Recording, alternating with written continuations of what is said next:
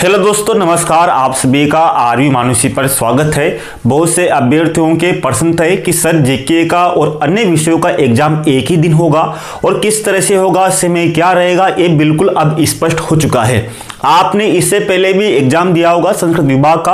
अगर बात करें तो ये पहला एग्जाम नहीं है। इससे पहले आपके संस्कृत विभाग के एग्जाम 2022 में भी हो चुके हैं, 2018 में भी हो चुके हैं, 16 में भी हो चुके हैं, 13 में भी हो चुके हैं।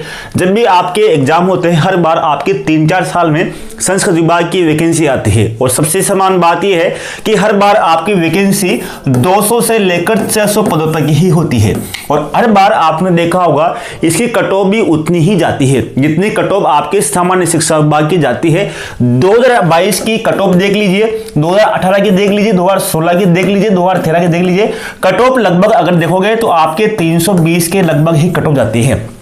अगर यहाँ पर परसेंटेज की बात करें तो आपकी जीके का प्रश्न पत्र आपके 100 क्वेश्चन का और आपके जो विषय का जो प्रश्न पत्र है वो आपके 150 क्वेश्चन का रहता है। तो 300 अंक यहाँ पर, 200 अंक यहाँ पर, टोटल आपके 500 अंकों में से 320 नंबर होते हैं। तो लगभग आपके 64% जाती है। कितनी? 64% आपके जाती है। तो आपका टारगेट इसमें यही होना चाहिए कि आपके इसमें 70% हो। कितनी?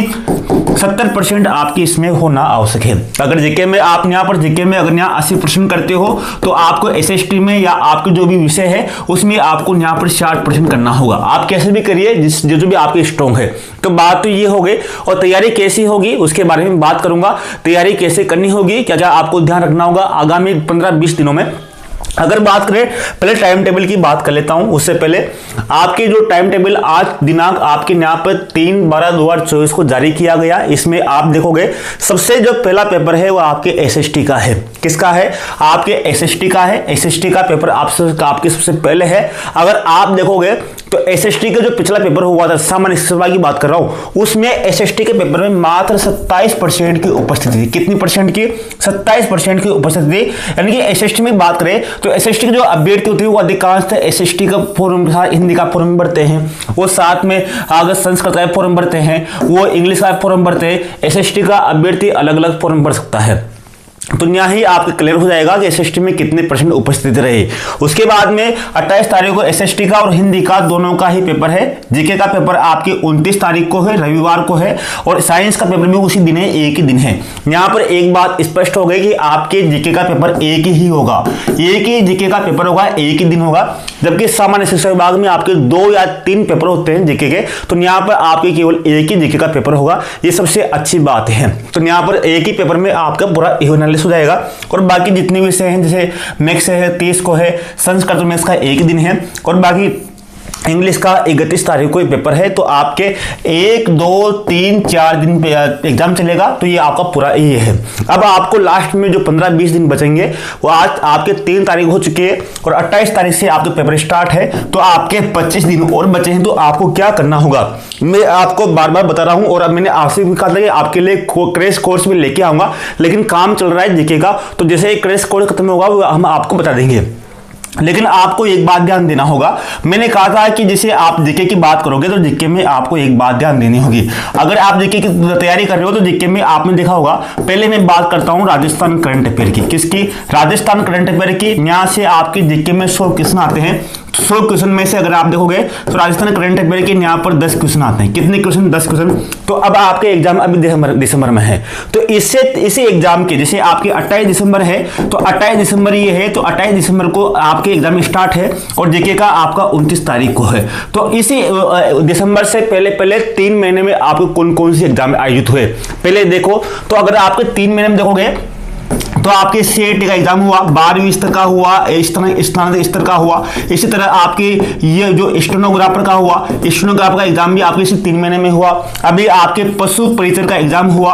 ये एग्जाम ऐसे हुए जो आपके अभी हुए हैं। अगर इन्हें देखोगे तो इन तीनों एग्जाम ही अभी आपके लेटेस्ट अक्टूबर-नवंबर में हुए हैं और तीनों एग्जामों में आपको अभी इनकी ही बात कर रहा हूं जो एग्जाम आपके होते हैं।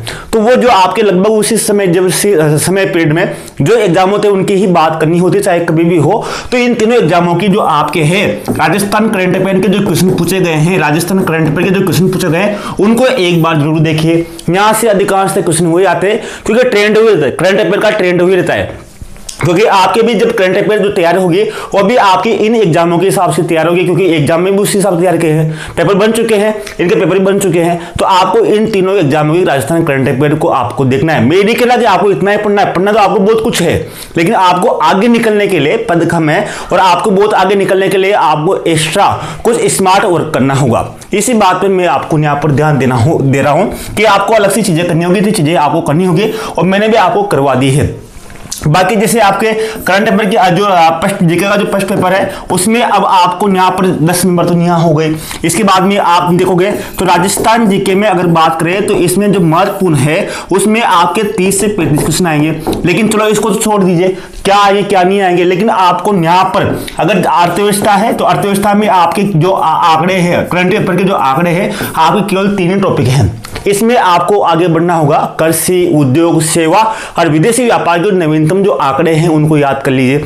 और साथ में ही आपके 22 क्वेश्चन तो आपके संविधान से, किससे, संविधान से आएंगे, जिसमें आपके इसमें भारत और राजस्थान दोनों हो चुका है, तो दोनों से ही आएंगे, दोनों को यहाँ पर कंप्लीट कर लेना।